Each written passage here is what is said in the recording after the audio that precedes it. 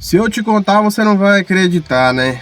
A Citroën hoje, que antes tinha um símbolo de má fama, se tornou mais confiável do que muitas marcas por aí, inclusive a dona GM, né? A diferença do Chevrolet Onix para o Peugeot, por exemplo, aí 208, falando aí de concorrente.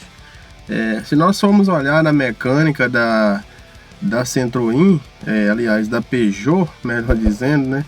E até mesmo Citroën, porque a mecânica desses carros mudaram totalmente, né? Como eu já tenho falado em alguns vídeos, os Peugeots e os Citroëns de hoje não são mais igual os de antigamente, que antigamente tinha muitos problemas, tanto de suspensão quanto de motor, né? Alguns problemas ali de elétrica, falha elétrica. Então, para início de comparação, galera, vamos ver aí qual que é a diferença aí. A diferença está realmente na mecânica, na própria mecânica. Hoje a GM ela começou a adotar aí nos seus carros uma certa mecânica nos seus carros que não tem agradado o público, como a famosa correia dentada banhada a óleo. Pois as montadoras, eu acho que elas muitas das vezes elas olham ali, vê o problema, um problema, né, que elas estão criando. Algumas corrigem ali, né, rapidamente, assim como a Fiat Titano. A Fiat mesmo, ela é muito boa em corrigir alguns POs, alguns probleminhas que vem aí. Ela consegue resolver, como a Titano, né? A Titano, ela lançou, pegou um produto lá da China lá, né? Um carro da Peugeot, né? E esse carro, ele veio totalmente aí não adequado, né, não apropriado para o nosso Brasil, uma suspensão muito ruidosa, problemas aí, o carro apresentou alguns problemas, né, e realmente não agradou o público. A Fiat foi, menos de um ano depois ela veio e conseguiu selecionar o problema, né, ou seja, uma solução, melhor dizendo aí.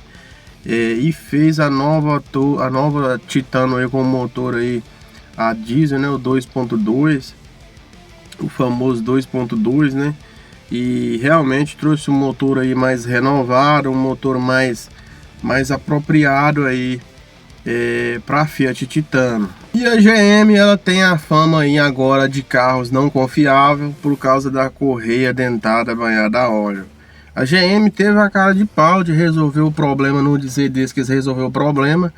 Trocou o fornecedor, né, que fornecia ali a correia, porque realmente estava dando muito problema, e adaptou outra correia banhada a óleo para o carro.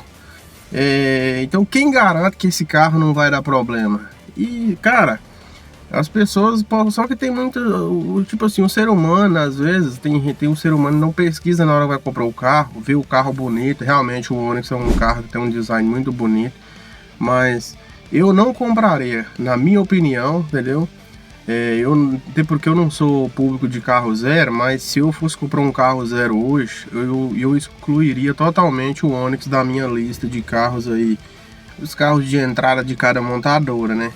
Eu não colocaria, eu ia olhar eu ia pelo um Argo, um Polo, até mesmo um Citroën C3, até mesmo um Peugeot 208, mas eu não compraria o Onix por causa deles não resolver, não solucionar o problema aí dessa correia. O que custava eles mudar o motor ali, fazer uma outra, adaptar o motor com uma corrente de comando, cara? Eles falam, a corrente de comando é ruidosa. O meu carro é corrente de comando, eu não me aborreço com nada. E é muito pelo contrário, é um carro até que silencioso. Então essa balela, esse papo furado aí de o carro faz muito barulho, cara, é uns trem, umas diferenças assim que acaba que a própria montadora faz uma tempestade num copo d'água, né, falando que a correia é melhor, e não é, galera.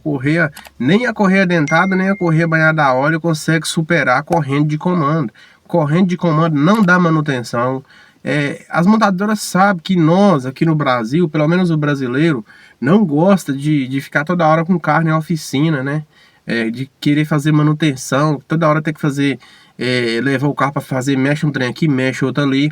E essas correias aí, elas vão ter que exigir ali, você tem que fazer a troca do óleo ali, eu falando da correia dentada banhada a óleo, na hora certa, né, num tempo determinado ali. Você não pode passar do prazo ali de, né, por exemplo, você querer fazer. Então, você sabe que o brasileiro é assim, né? Muitas das vezes o brasileiro ele dá uns relaxos ali e acaba estendendo ali a troca de um óleo, né, que vai fazer ali. Já na corrente de comando não tem esse problema. Se você, por exemplo, às vezes passar ali do prazo ali, do tempo de validade ali, que tem que trocar o óleo, é claro que o correto é trocar no tempo determinado. Talvez, dependendo do uso severo que você faz com o carro, você trocar até antes. Então, cara, e é complicado. Então, voltando à questão da diferença das mecânicas aí. Então, hoje, o 208, ele conta com corrente de comando, o motor Firefly, que é um motor Fiat, né? Eles compartilham peça ali dentro do grupo Stellantis. E hoje se tornou uns carros aí com uma mecânica muito boa, muito interessante. Suspensão foi totalmente mudada. Ali só tem um símbolo mesmo da marca, galera. Mas hoje Peugeot e Citroën são carros confiáveis e eu compraria sim, se eu fosse o público de carro zero, igual eu falei que eu não sou.